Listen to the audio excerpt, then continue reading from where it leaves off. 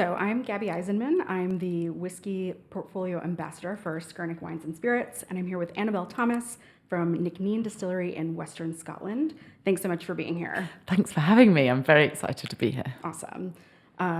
We have some exciting questions for you. Should we jump right in? Let's jump right in. Okay, great. So sustainability, that's a core pillar of Nc'nean's identity. What are some of the most significant challenges you faced in balancing the sustainability with the demands of whiskey production, and what lessons have you learned along the way? Yeah, so great question. Unfortunately, sustainability is not that easy to integrate into whiskey production. I guess that's why not everyone is doing it. I think the main thing we have found is that it's both more difficult and more expensive. So if you take, for example, our decision to use organic barley, we were actually told by our master distiller at the time, Dr. Jim Swan, that organic barley was an expensive waste of time. And he was right on the expensive. He was not right on the waste of time, but it is much more expensive for us to buy. It's about 50% more than conventionally farmed barley. And that adds like £3.50 or so to the retail cost of a bottle. So say $5, $7 over here, which is pretty significant actually. The good thing about organic barley, however, is that it obviously has massive environmental benefits on the farms where it's grown. So biodiversity enhancement, carbon sequestration in the soil, all of these super important things. So it's the right decision from a sustainability point of view because we're really looking after those farms where the barley's grown. But it is challenging from a financial point of view. The other good thing, and this was not something we knew I knew when I started Nc'nean, and in particular when I made that choice to use organic barley, is it does add to the flavour. And I guess that's kind of karma. We made the right decision and it's had some, other positive effects that we weren't expecting. And I think one of the kind of key themes of all of our whiskies is that they have this lovely texture, this lovely creaminess and butteriness to them. And that comes from the organic barley. And if you look at the other sustainability decisions we've made, in particular, using renewable energy is also much more expensive and kind of harder. So our whole distillery is powered by this biomass boiler. And we made that decision because we have timber on site and we're in a very remote part of Scotland and I wanted us to be self-sufficient from an energy point of view. But the biomass boiler itself was hugely expensive. It's a very complex bit of kit to turn wood into high pressure steam. So that was a big capital investment that we had to make up front. And the second thing is much harder to run than an oil or a gas boiler. You don't just turn it on and off. It's a bit like heating your home with open fires versus a gas boiler. It takes a lot more love and effort from the distilling team. But again, I think it's worth it. And I think for me, at least, knowing that our whiskey is made with renewable energy is such an important part of what I wanted Nc'nean to be when I set it up. So there have been some things that have been, I guess, easier than people expected or people thought. So our bottles, for example, are made out of 100% recycled glass. This was something that I really wanted to do. And initially we couldn't find anyone who was providing 100% recycled glass. And we kept being told, oh, no one wants it, consumers won't like it, don't do it, etc. And actually we finally found the right partner who themselves had been working on bringing this 100% recycled glass to market for 5 years or something. They really believed in it, like we really believed in it. And it's not any more expensive really than normal glass, and the consumer reaction has been fantastic. No one has ever commented, oh, what's that little green tinge on the neck or anything. So I feel like that's one of the decisions which hasn't necessarily been more expensive or harder. The packaging is so beautiful. At Whiskey Live, people were like flocking just because of the bottle. It's so attractive, and it's so cool that it's recycled glass.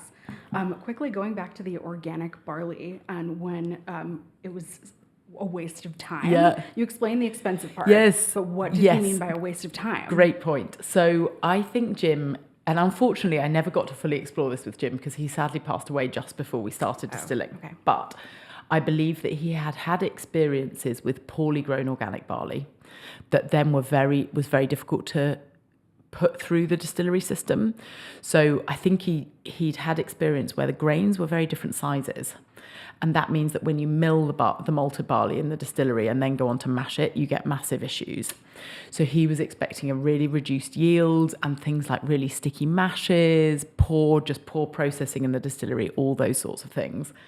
And interestingly, we have found, although the yield is a bit lower, it is not nearly as low as he expected it to be. And there's been no processing issues. We don't get this kind of massive difference in grain size or anything. So yes, we take a little hit on yield, but it's not huge. And to be honest, we just process it as you would expect conventional barley. So got it. Yeah. So it sounds like he had just a bad experience with exactly one supplier, maybe. Exactly. Okay. Gotcha. Exactly. Okay. So Nc'nean has positioned itself as a disruptor in the Scotch whiskey industry. Have there been any unexpected hurdles or advantages that come with challenging tradition in such an established industry? Great question. I think yes and no would be the right answer. I think, I guess I was expecting when I went into the industry with a kind of slightly rebellious positioning that the existing players might not like it and we might be met with a kind of cold shoulder. What's really interesting is that inside the industry, everyone is incredibly friendly and welcoming. So that has been a really positive kind of step forward, I think. In other areas, though, I think some consumers are still very resistant to Scotch changing at all. Be that, so for example, on the side of our bottle, we say drink it as you like, and then we describe a whiskey and soda recipe. And there are still plenty of people in the Scotch industry who think that is blasphemy. And they can't believe we put a cocktail recipe on the side of the bottle. Really? Wow.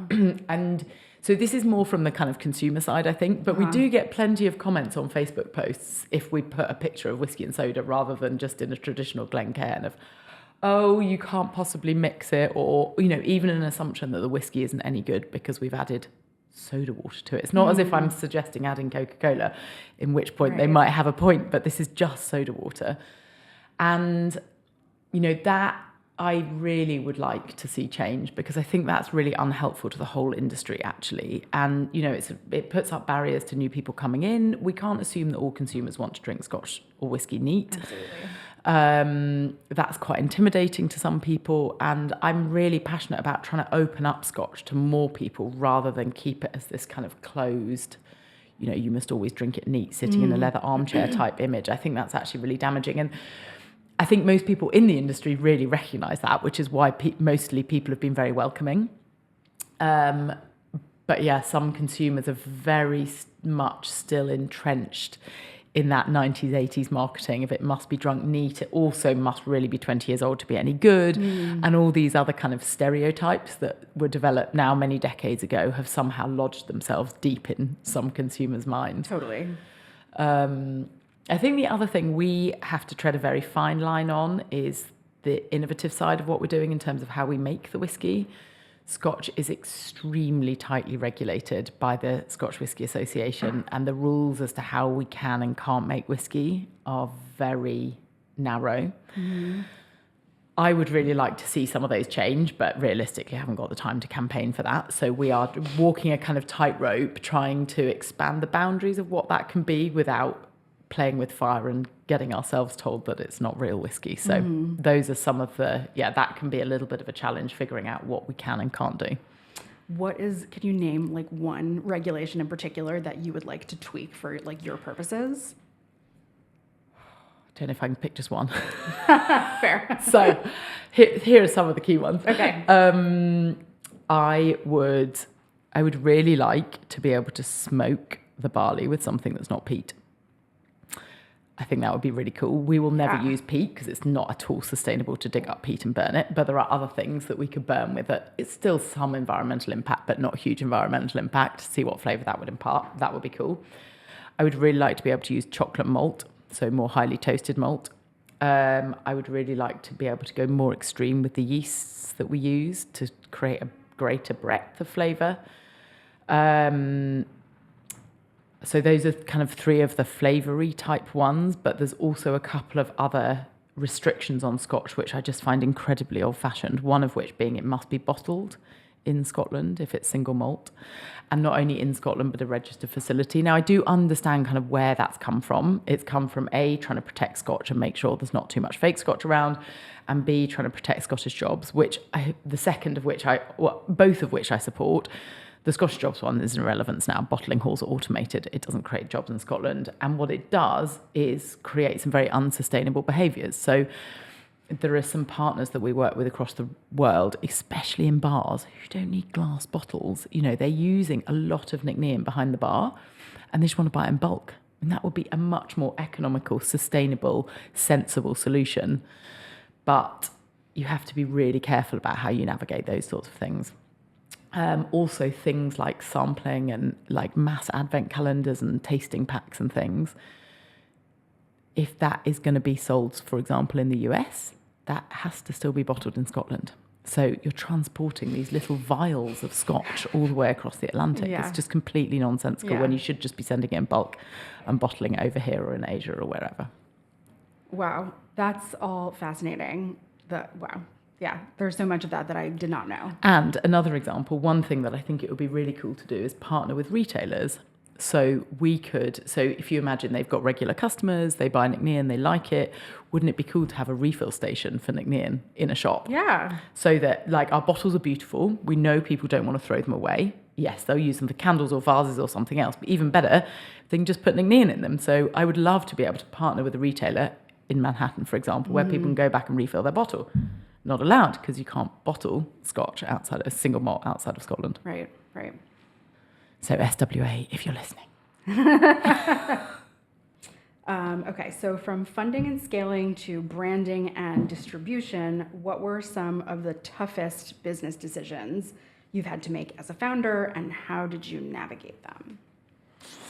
I think funding for new businesses is always a massive challenge, and I think that's exacerbated in the whiskey industry just because of the nature and the shape of the business. Very capital intensive, lots of funding needed up front. And I think one of the things that whiskey distilleries always struggle with is how much do you make? How much stock do you lay down? And I think that is something that will be a constant struggle. That's never going to go away, because you're trying to look 5-10 years into the future and predict demand, and that's a really hard one to do. So we started off making a certain amount, and we then have actually developed a model since then, which was hard to do, but has put us in a really amazing position where we can flex much more easily how much we make. We've developed the team and ways of working so that we can go up and down based on what's going on in the market. And that felt very difficult at the time, but has actually been that has been a really powerful thing for us to have got to as a business, if you like.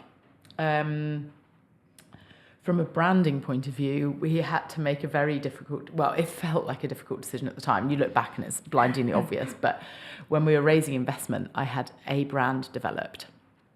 And I wanted to develop a brand early on because we were trying to be different, and I wanted to be clear to our investors, this is not going to look like a traditional Scotch. And I realised after we'd raised the investment and we were kind of partway into the phase of building Nc'nean that the brand just wasn't good enough. It was just not going to cut the mustard. It didn't represent what we were trying to do well enough. It just wasn't good. But it had been quite expensive to develop, and I basically had to make the decision to throw it away and start again, which basically felt like pouring money down the drain. Yeah. Obviously it wasn't, because actually having that brand had helped us raise the money. But it was based on a llama, and I know that sounds really weird now. Wow. But it was based on a llama. As a result, it kind of looked like a tequila. The packaging did. Okay. It was terribly confusing. Anyway, so we decided, I just said, look, the llama's not good enough. And we went out to find a new agency that could work with to help us develop a brand that felt more like close to our mission, basically. Mm. And we signed up with this incredible agency who helped us create Nc'nean. And do you know what happened the day after I signed the contract? The llama died. The llama was a real llama on the farm. And then the llama actually died. Oh my God, you killed it. I killed the llama, yeah. Oh my God. My next question before you said that was, where did the llama come from? Yeah. So the llama was on the farm, my parents' farm that the distillery's on. Okay. And it was kind of a cool character. It had come to us from a neighbouring farm. It refused to go back. It hung out with the sheep. So it had a little bit of story behind it, but not really anything to do with the whiskey. Right. And yeah, it died the next day. So It's like my purpose in life is done. Now I'm not on the front of your whiskey bottle. I'm out of here. Oh my goodness, no, you didn't kill it. If you had kept that brand originally and it had died the next day, you would have been like, oh my God, I know. Can you imagine? Well, that would have been a serious stress for me, is like, how do we keep the llama population going? I'd have become a llama farmer.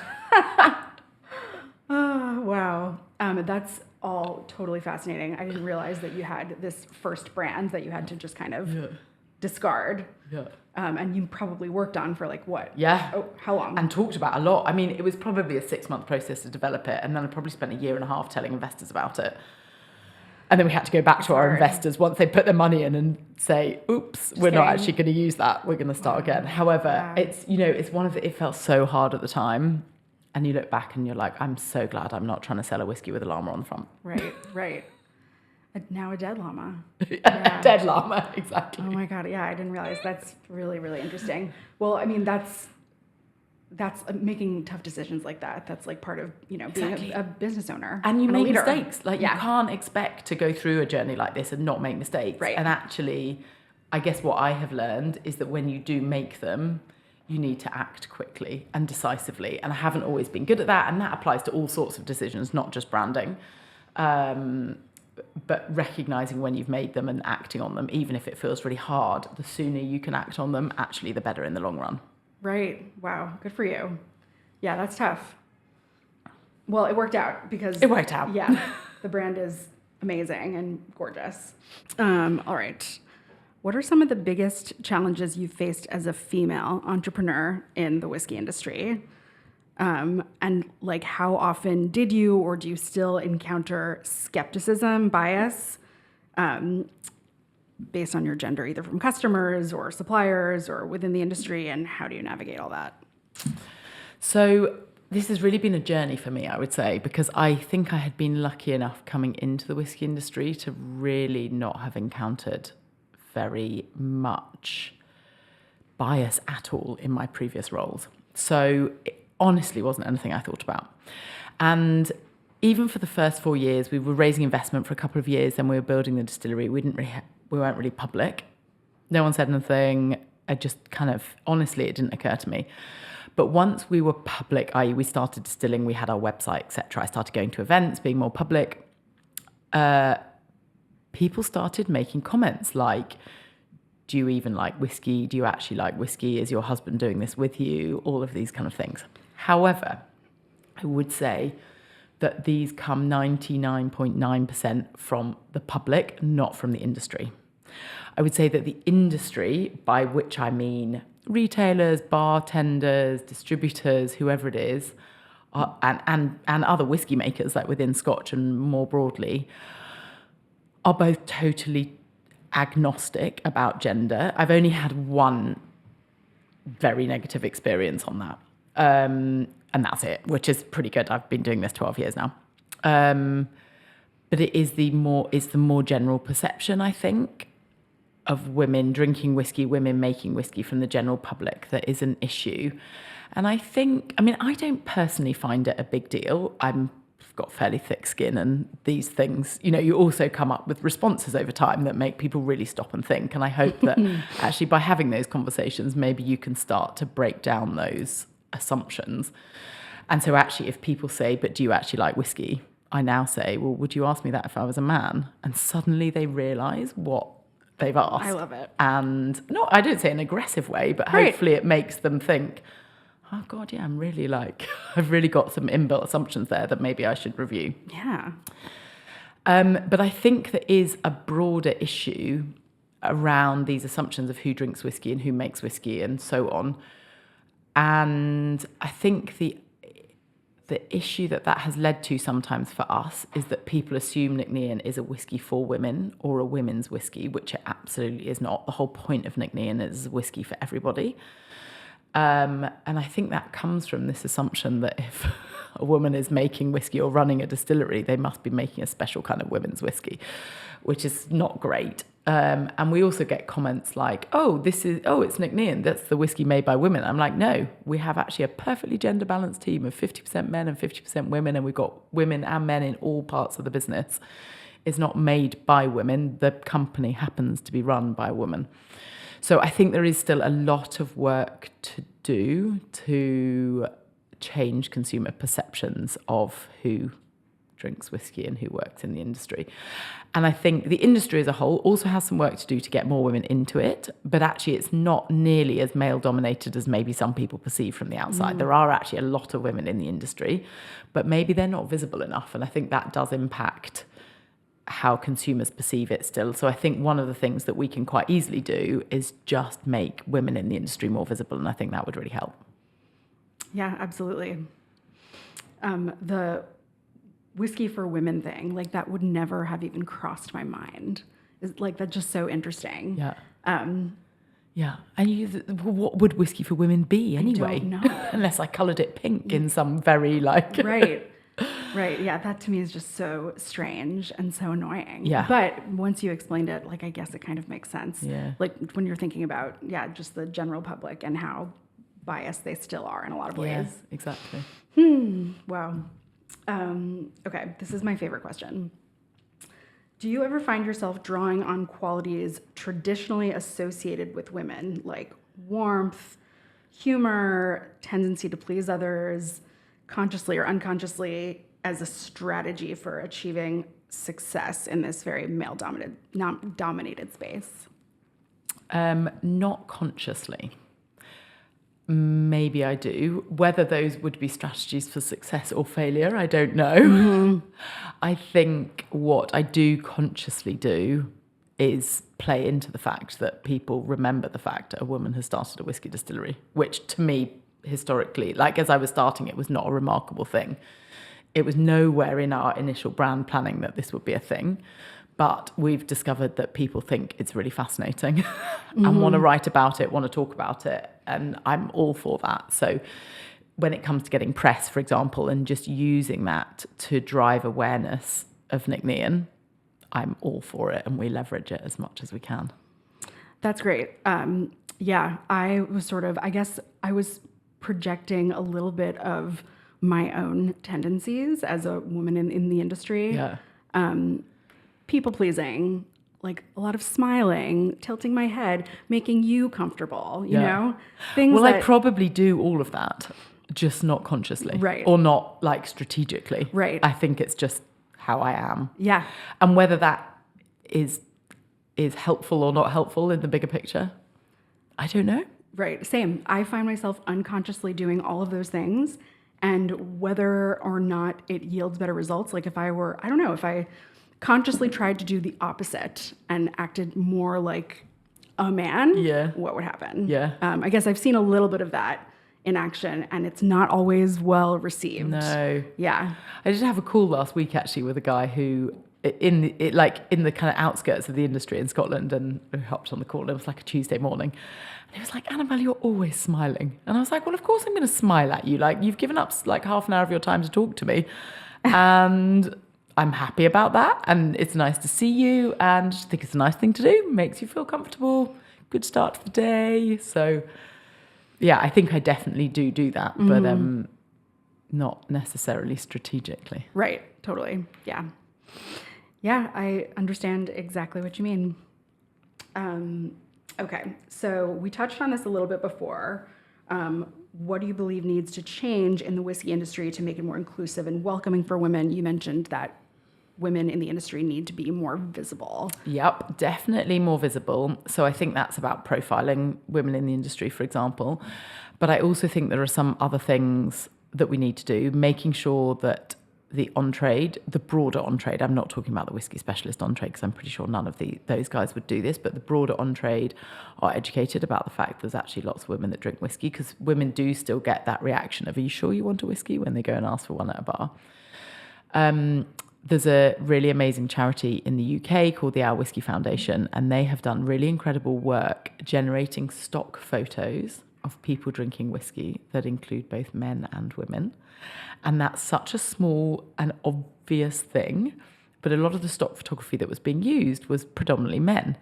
And then that just reinforces these perceptions and biases. Yes. So I think as an industry, that's now a resource we can draw on, so no one's got any excuse, but making sure that not only like women in the industry, i.e. who work in it, are visible, but just on Instagram, making sure that your Instagram feed as a brand is has men and women in it, and not just women giving something to their dad on Father's Day. Right. Like actually drinking it and participating, I think is really important.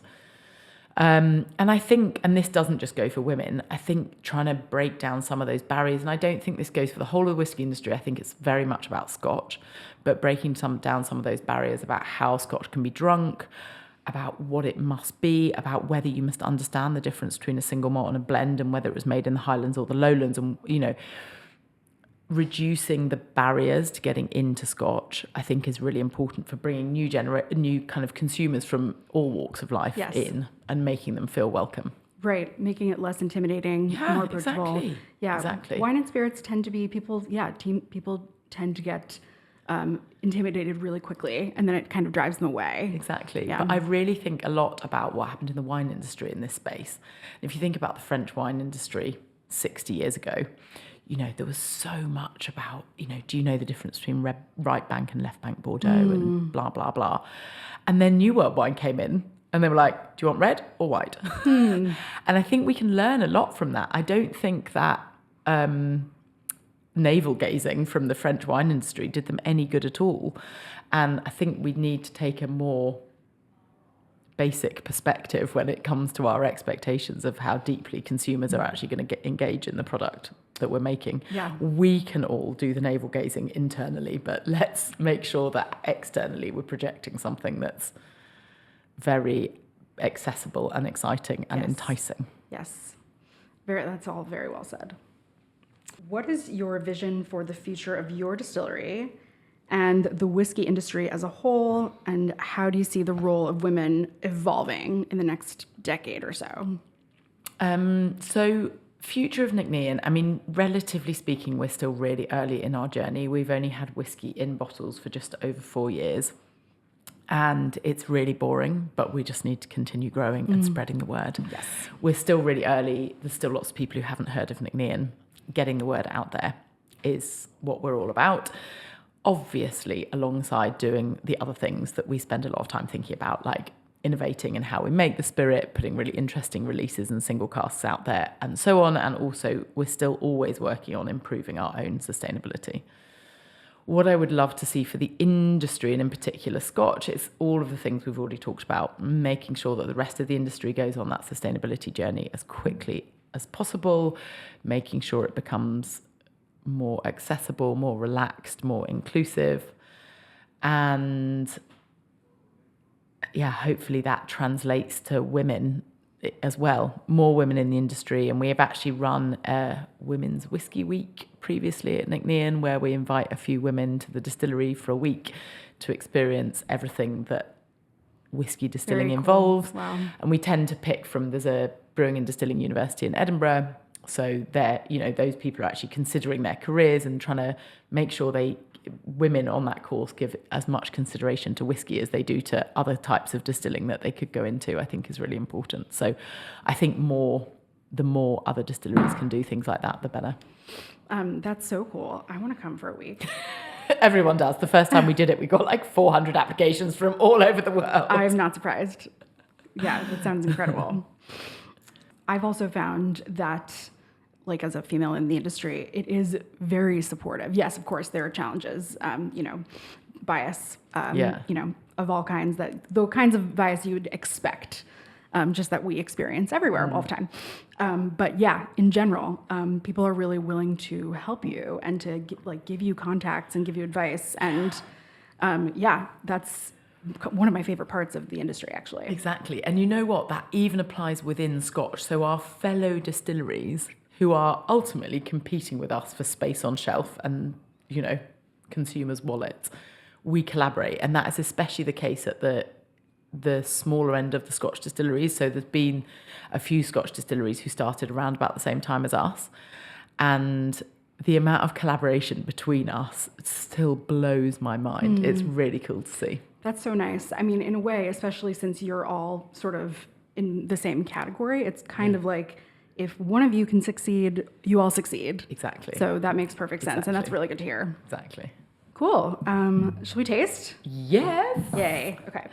Shall we start with? Yeah, let's start with this one, which is Nc'nean Organic. So this is our flagship. This is the first whiskey we released, and yeah, is where I would recommend everyone starts if they haven't tasted Nc'nean before. So when I was starting Nc'nean, I was quite clear in what kind of whiskey I wanted to make. And I wanted it to be elegant and fruity. And I wanted it to be something that if you were just starting on your whiskey journey was approachable, but also something with the depth and complexity that a seasoned whiskey drinker could also really appreciate it. And our kind of broader philosophy in making whiskey is very much focused on the spirit. Yes, of course, the casks are important, and we spend a lot of money and time making sure that we get the very best casks that are available. But I also think there's perhaps been not enough focus on the spirit in the Scotch industry, and that's partly because historically, if you're releasing a 20, 30-year-old whiskey, it doesn't matter that much what spirit you made 20 years ago. You know, long time in cask can cover all manner of sins. But we're a new distillery. We were never going to wait 20 years to release our whiskey. So we had to do that. But I also think philosophically is the right place to focus. So we put an awful lot of effort into making a new make spirit. So before it even goes into cask, that is delicious right off the bat. Oh, I wish I want to taste it one day. I actually tried to bring some with me on this really? trip. There's a Nc'nean fan in Manhattan who is desperate to taste our new make. And I was sure I had some at home. Obviously checked on Friday night as I was packing. I'd taken it to France. Next time I will bring new make. I love tasting new make. Exactly. Well, it's been described as the best new make in Scotland, and I think I have not done a comprehensive tasting, but it is pretty damn good. So that's pretty cool. Wow. And so lots of the flavours that you get in Nc'nean Organic come from that new make. So it's very citrusy, it's very like bright, juicy, those kind of soft stone fruits. And we also just have a very creamy but clean new make. So it's not got funk and things in it. And that comes from all these decisions we make at every single point through the process. So we mash slowly, the use of organic barley. We use 2 yeasts. We ferment for super long times. We distill really slowly. We take really high cut points on the stills. All of those little decisions contribute to this new make. It's so delicious. I just had like this full experience of like first a little bit of grapefruit and then some like banana. It is so like delicate and elegant is the perfect word which you used earlier. And so this then goes into 3 cask types, and they all play a very specific role. It's like in a play, they each have their character. So there's 55% STR red wine cask, which is shaved, toasted and recharred red wine casks. That was a real thing of Jim Swan, who was our master distiller. He kind of developed that cask type and set up the cooperage in Spain to produce them to his exacting specifications. So those casks are super active. They bring a lot of flavour and a lot of colour very quickly, and they contribute to the kind of spicy notes that you get towards the end. We then have 43% ex-bourbon, so totally classic Scotch cask. That I like the combination of those 2 casks because the ex-bourbon lets a bit more of that spirit shine through because it's not so impactful on the spirit, but it also brings a lovely sweetness. And then 2% ex-sherry. So that's more meant to be kind of seasoning and depth. And it doesn't really taste sherried, but it's, it plays its own little role there. And is it a specific kind of sherry or do you... Oloroso. Okay, great. It's all Oloroso. Yeah. So. It's lovely. And, of course, all non-chill filtered, non-coloured, all organic. Everything we produce is organic. It's outstanding. Thank you. And you get that lovely creaminess from the organic barley. Yeah, the texture is fantastic. Really coats your entire mouth in this really pleasing way. And what's interesting is that also helps it stand up to the dilution if you want to drink it totally with soda. Right. It really it's still there. Right. And I love a Scotch and soda. And I love like it's a classic. Simple Scotch cocktails too. Exactly. I don't know what everyone's problem is. I know. And something like a Rob Roy. Right. If you're going to make a cocktail that is more than 2/3 whiskey, you want that whiskey to be pretty damn good. Yes, right. And have body and a lot of flavor. Yeah. Exactly. So should we taste this one? Yes, please. So this is Quiet Rebels. So we have 2 seasonal releases a year. The one that comes out in autumn in Europe is called Quiet Rebels, and then there's one that comes out in spring in Europe that is called Huntress, and they come to the US kind of 4 or so months later. So the Quiet Rebels series, which is what we have here, is all about celebrating our team, and every year it's a different team member's turn based on the order in which they join the company. So you get to basically design your own whiskey with our blender. And Matt will sit down with the person whose turn it is about a year in advance and try and design a whiskey to something that they like. Today we're tasting Quiet Rebels Amy, which came out in late 2024 in Europe. And Amy is our head of sustainability. She's amazing. She started with us in 2018 as our visitor manager. And she's the only person that has ever managed to get to Nc'nean by public transport. Wow. And that is a serious feat. She had to flag down a school bus to make the last 11 miles work and then walk for a mile. And basically, I didn't even need to interview her at that point. I was like, you have definitely got the job. That's a great story. And her role has evolved since then from visitor manager to head of sustainability. And she set Matt a particularly hard task for this whiskey. She said, I want something that not only reflects kind of whiskey that I like, but also that reflects my role and passion for sustainability. So she loves port finish whiskies. So we decided to kind of look down that route as something that we could do. And I guess what I didn't say is that the Quiet Rebel series tends to focus more on cask finishes and cask combinations because we're only designing these a year in advance. So we can't play with the spirit, obviously, at that point. And what we found is a French fortified wine called Maury, which is made in a similar way to port. Obviously, it's not port because it's not made in Portugal, but it is made in a similar way. So it has that similar taste profile that she loves. But we found this tiny producer called Claude de l'Origine who had some barrels available. And Claude de l'Origine are an incredibly sustainable vineyard. They actually farm the vines biodynamically.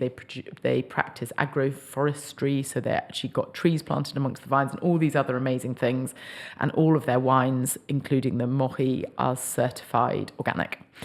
And so that so nicely brought those two things together. That's part of the cask finish in here. There's also STR and ex-bourbon in here as well.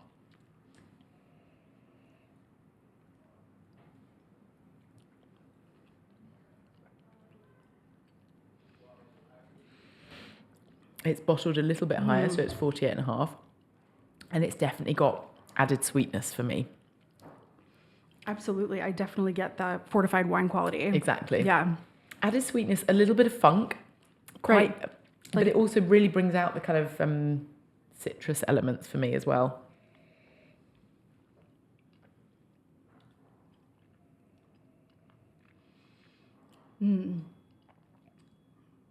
Also, this sort of apple orchard, really sort of fresh, crisp apples. Yep. It's really nice. And it's such a beautiful concept, too, to show love and appreciation for your staff. Exactly. Who I'm sure, as a relatively new company, have really helped build absolutely this with you. Exactly. Yeah. So to honor them is just, that's really fantastic. Yeah. And Amy, for example, the whole reason we bottle in 100% recycled glass, that was her idea. She actually asked me in that same interview that she'd managed to get to on public transport. She said, are you going to bottle in 100% recycled glass? And I was like, oh, honestly, I hadn't thought about it. But now you've suggested it. Yes, of course we will. Wow. But, what a great idea. Right.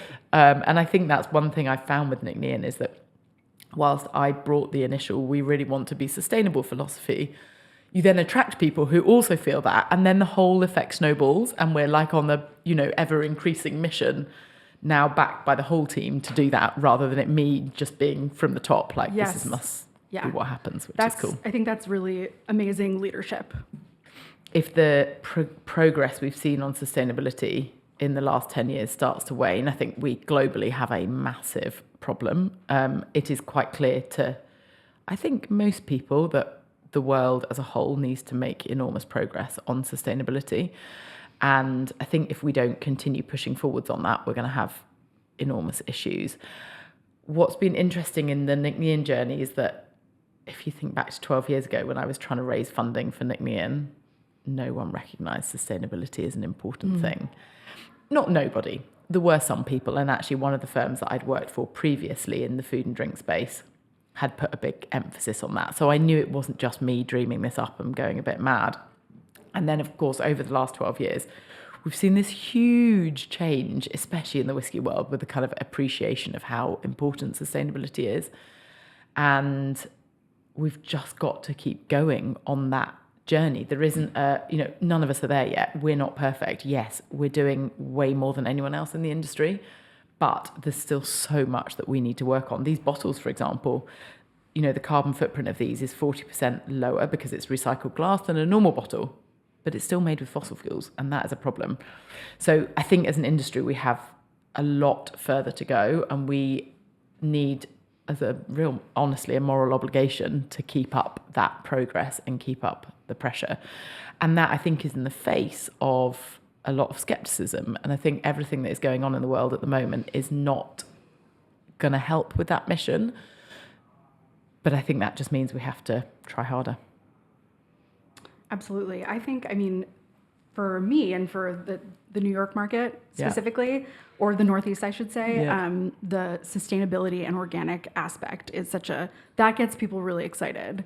And I think those people are really committed to this idea, not just, it's clearly not just a fad for them. It's Absolutely. something they're committed to in their lives.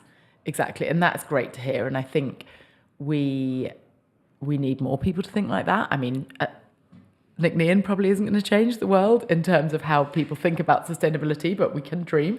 But I think, there are still the people who are committed to sustainability were doing it for the right reasons. I don't think they were jumping on a bandwagon. They understood why, and that why has not gone away. So that, I think that remains important for consumers and therefore also for companies to acknowledge. Yeah, absolutely. Well, you're doing more than your part. So thank you. Well, hopefully what we're doing can also help change the rest of the Scotch industry quicker. I always say that that's a really important part of what we're trying to do, because we are relatively small and we could be perfect. But if we're perfect and no one else does anything, the total impact is relatively small. Right. If we can get everyone else to change quicker, great. And we've already seen that. We've seen loads of people using 100% recycled glass after we were the first to do it. And the really big guys in Scotland are introducing biomass boilers to power their distilleries. Wow. And actually came to see Nc'nean and talk to our distillery managers to understand how it was done. So we know that we are little by little starting to have that impact. That's very cool. That's really great to hear. That must have made you happy. Yeah, really happy. Like, and absolutely. Yeah. And we try to do that actively as well. We publish a sustainability report every year, and we do hear from people in the industry, your sustainability report landed on my desk as an example of best in class and things. So we know that is getting out there. That's great. You're not keeping it a secret. Exactly. Yeah. Exactly. You're sharing your experience and your mission. Yeah. That's really, really cool. Yeah. I love it. These are gorgeous. They're a joy to drink and to sell. So thank you so much for bringing them to us. Thanks for having me. Thanks for all of your support. Absolutely.